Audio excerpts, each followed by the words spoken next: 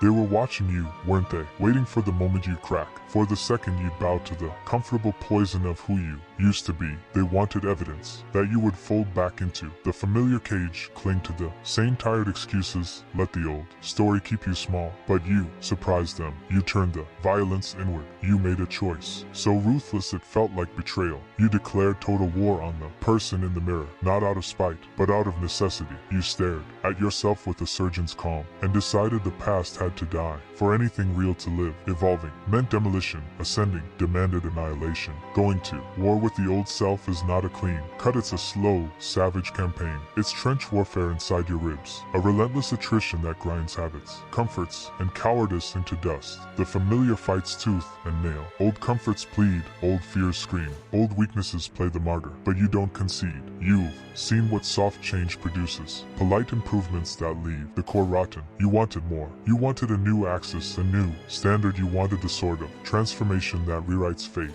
not polishes regret. So you struck. You burned away the polite lies, scraped off the varnish of habit, smashed the mirrors that reflected a smaller version of you. It wasn't noble, it wasn't pretty, it was necessary and brutal. You learned to strip yourself down in the quiet hours when no applause was coming. You learned to sit with the hunger, to meet your reflection with cold-handed honesty and cut where it hurt. Every surrendered habit was a casualty, every swallowed excuse a body left at the roadside. The battlefield was your interior, no banners, no witnesses, only the clack of your own resolve and the echo of things you promised you'd never be again. The old you clung like a parasite, whispering familiar comforts, offering small mercies that would have killed your future by inches. You watched it try to bargain with memory and nostalgia to keep you tethered, but you had already mapped the cost. There is no room in the life you are building for yesterday's chains. You understood that some parts of yourself couldn't be softened into usefulness, they had to be excised. So you became surgeon and arsonist, both precise in the cut, absolute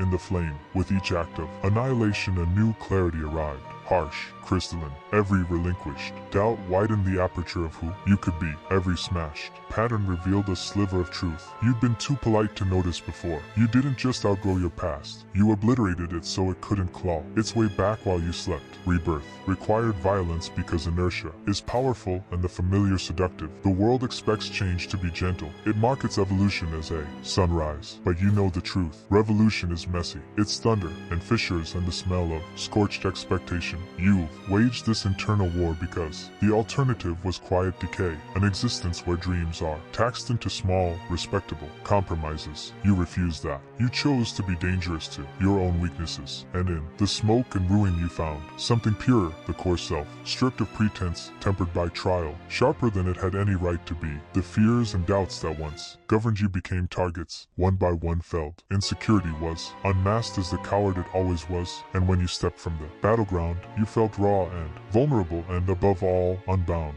The process left a landscape of scorched earth where the old you had stood. That desolation is not empty, it's fertile. From those ashes, you can plant intention without the rot of past compromise. This is not a timid resurrection, it is a forging. You will carry the scars like medals because they mean you paid a price most won't. Some will call you cruel for killing what they think you ought to preserve. Others will whisper that you've lost softness. Let them. Softness is a currency the weak spend to feel loved. You spent pain into power. The life you took steps to claim requires appetite and ruthlessness. The civilizations of small comforts will see you as a threat because you refuse their slow death. You have remade yourself in fire and consequence. You are not the shy echo of some nicer man, you are the architect of a new trajectory, and this war, this necessary unmaking was the only path to it. Now rise from the ruin with the honest face of someone who sacrificed safety for sovereignty. The old you is gone, not mourned, not missed. In its place stands a spine of iron,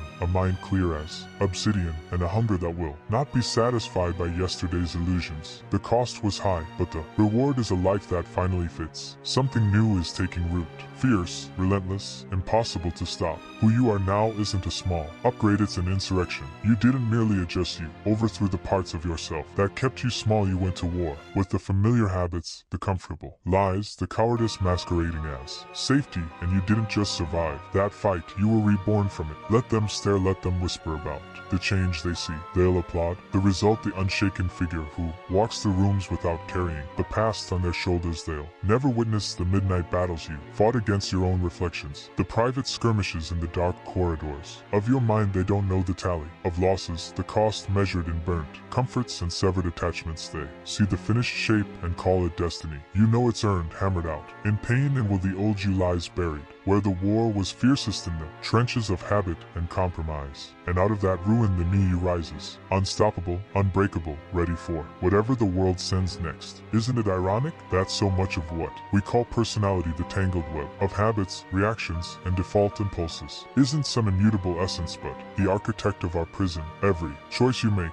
every move you take, filters through that architecture. And if the architecture is rotten, your whole life is built on a cracked foundation. The version of you you've been dragging around like a corpse is often nothing more than an old program. Lines of behavior scripted by fear, laziness, and the small comforts of mediocrity. Until you rewrite that program, until you smash the brittle mask and scatter its pieces, the scenery around you will only rearrange itself into familiar patterns. You've seen it the way the same mistakes loop, how the same compromises produce predictable results. It's not coincidence, it's programming. The mind learns repetition. It favors the path of least resistance. The only cure is deliberate disruption. You must become the antagonist in your own life story, the force that refuses to let the passive protagonist continue playing small. This isn't tidy self-improvement where a few habits get polished. This is self-annihilation of the parts that sabotage and a ruthless reassembly of what remains. You can't buff the surface and expect the ground to shift.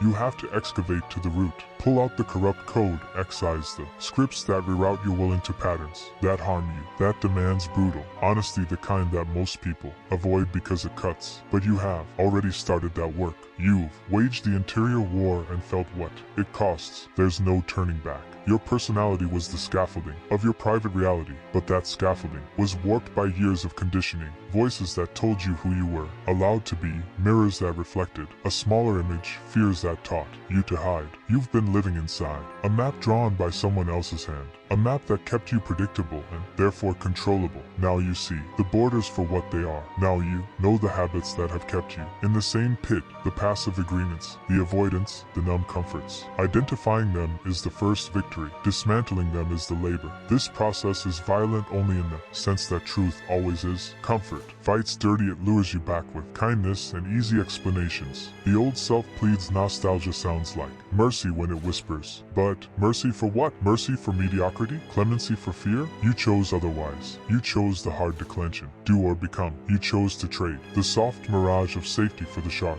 edges of real change. That means cutting ties with people, rituals, and routines that anchor you in the past. It means letting grief for what was washed through you without building a mausoleum around it. It means tolerating discomfort because it is the necessary kiln for the work. Each time you surrender an old pattern, you widen the aperture of possibility. The small rebellions, the refusal to do the easy thing, the choice to stand when it's simpler to cower, accumulate into seismic shifts. You stop being subject to reactive inertia and start directing momentum. The truth is, you don't just outgrow bad habits. You surgically remove their capacity to call you back. You become a new operating system, disciplined, intentional, calibrated to a purpose that outruns yesterday's fears. Expect resistance. The world prefers manageable versions of you. Comfortable people are easier to keep in their place. When you refuse to fit, you unsettle others. Some will cheer, some will rage, some will attempt to pull you into old rhythms with guilt, charm, or the slow drip of expectation. That's inevitable. Your job is not to quiet them, it's to hold your line. Sovereignty is learned by practice. Steady choices, repeated acts of refusal, enforced boundaries. The more you practice, the less their agitation matters. Think of this as radical authorship. You are not simply reacting to circumstances, you are composing a life. Every decision prunes away the creeping vines of your former self and allows the new growth to spread. You will keep the parts that serve, the compassion that doesn't enable, the courage that doesn't become cruelty, and discard the rest. This is not about losing your humanity, it's about sharpening it, focusing it, making it a tool rather than a habit. In the aftermath, the landscape will look different. The ground where the old you stood will be scorched, that looks bleak to the uninitiated, but it's fertile by by design, ashes feed something fierce. From that soil you can plant deliberate intention and grow a life that reflects the new code you installed. You'll keep the scars because they are proof that you paid the price. You will walk with the gait of someone who has refused shortcuts, and when you look in the mirror you will see a person who was willing to do the work that most only talk about. So let them whisper, let them label. You did not choose this path because you wanted applause. You chose it because authenticity demanded it. The old self had to die for the new trajectory to live. That death was not wasted. It was currency spent to buy back your future. Stand in the heat of that purchase. Tend the new growth. Be fierce. Be relentless. Be unapologetically you. The revolution within is now the life without, and nothing will stop what you've decided to become. It's a counterfeit world, a mirage that's kept you numb, trapped in a life far below your capacity. Changing who you are isn't just picking up new habits, it's tearing up the whole story you've been living and writing a new one. You must become hyper-aware of every thought, every reflex, every old impulse that crawls up from that former self, and crush it before it can take root. Master your mind. Like a puppeteer, pull the strings with ruthless intent until that old version is nothing but a distant ghost that no longer haunts your steps. And here's the cruelest truth: that old self will fight tooth and nail. It does not want to die. It will whisper comforts, lure you back to the familiar, the easy. It will tell you change is impossible, that you are fixed and unchangeable. But you have seen the fractures in the foundation. You know the only way to build something real is to raise the rotten structure and start from bare ground. Your personality shaped your world, but now you are the architect. You choose what stays, what goes, who the new you will be after the ashes. This transformation is dark and painful, brutal even, yet it is the only path to true evolution. Become the sculptor of your destiny, chip away the faults, until only the truest form remains. So dismantle that old self, unmake the personality that kept you captive in a life you never chose. Rebuild, stronger, smarter, more lethal, a self unbound by past chains and forged in deliberate change and relentless discipline. Your new character will craft a new reality where you're no longer hostage to your mind but its master. They will watch, won't they? They'll witness the shedding of your old skin and tremble, because if you can remake yourself so utterly, nothing is impossible. You've learned detachment, waged war on who you were, and now stand at the edge of a world you designed with your own hands. Unstoppable. Now consider assumptions, cozy lies you've fed yourself, anchors tethering you to a worn post. Your assumptions about your limits, your destiny, and what life should be are shackles you willingly clip on easy excuses to numb the ache of mediocrity. Here's the bitter truth: your assumptions and your true potential dine at different tables in different worlds. One feasts in the dim glow of complacency, the other revels in the bright heat of becoming, the forbidden feast of raw power and infinite possibility. Yet your assumptions whisper that this is all there is, that you've already stretched as far as you can go, that the world you see is the only world that exists. But that's the trick, isn't it? The grand illusion. Assumptions are the cheap sugar of the mind, sweet, filling, but empty. They lull you, sedate you, convince you the walls are solid, the ceiling unbreakable, the limits permanent. But the truth, the dangerous, liberating truth, is that those walls, that ceiling, are nothing more than shadows, smoke painted on stone. You've been living in a prison you unknowingly designed, bowing to the rules you never questioned. Your true potential does not dine with your assumptions. It refuses to be caged by the lies you tell yourself. It is wild, savage, a beast with black fire in its veins, pacing in the dark, waiting to be unleashed. But you've kept it starving, haven't you? Kept it chained, muzzled, silenced, feeding the false gods of doubt and fear instead. While your assumptions grew bloated and strong, your potential rotted in the dark,